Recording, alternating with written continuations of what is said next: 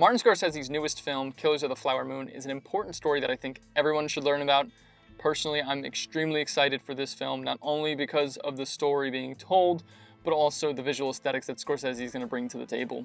Although this movie is going to be a very heavy story, I want to bring this video to a lighter tone and talk about what I first thought of the costume design when I first saw the trailer. For starters, if you're interested in classic Americana wear, then this movie is going to be a perfect fit for you just based off of the trailer alone. If you've been following me for the past 6 months, you know that I've really been inspired by military, Japanese, and Western wear clothing. And when I saw the first looks of the film, I had a feeling it was going to have some amazing Western wear. And so far, from what I've seen with the behind-the-scenes photos and the trailer, I was right. Our first look at Leonardo DiCaprio's character, we see him getting off the train, and we can infer that he's either post or active military based off of what he's wearing.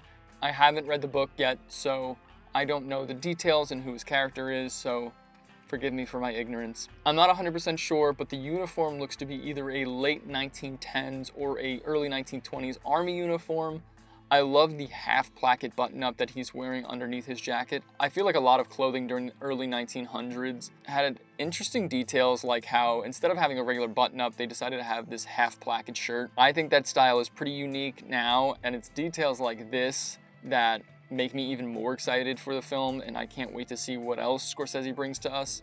A big reason why I love Americana Vintage so much is because of all the details and how cool they are. Like this Western front bib button-up that DiCaprio wears. I don't think I've ever seen this type of shirt unless it is in a period piece. And that's such a shame, because if I could get my hands on something like this, I would in a heartbeat, but it would have to probably be vintage for me to allow myself to buy it. It just looks so interesting and cool to me. DiCaprio is also seen in this notched collar jacket in this blanket fabric underneath what appears to be a chambray shirt.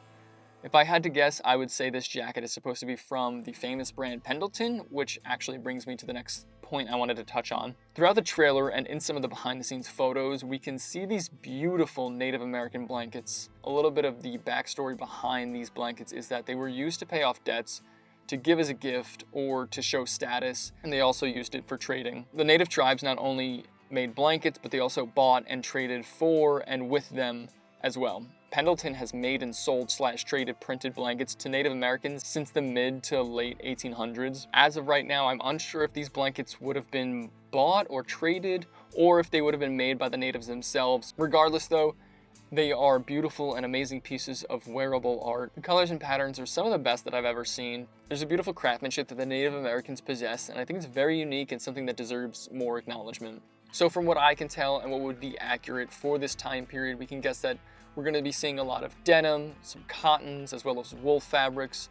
And we've already seen the native prints, but you can definitely count on classic menswear prints and patterns like various plaids, herringbones, and even just classic stripes. Back to the photo of DiCaprio. His ensemble is finalized with this beige cowboy hat that pulls the look together so perfectly. I have to say, the hat game in this movie is going to be so nuts.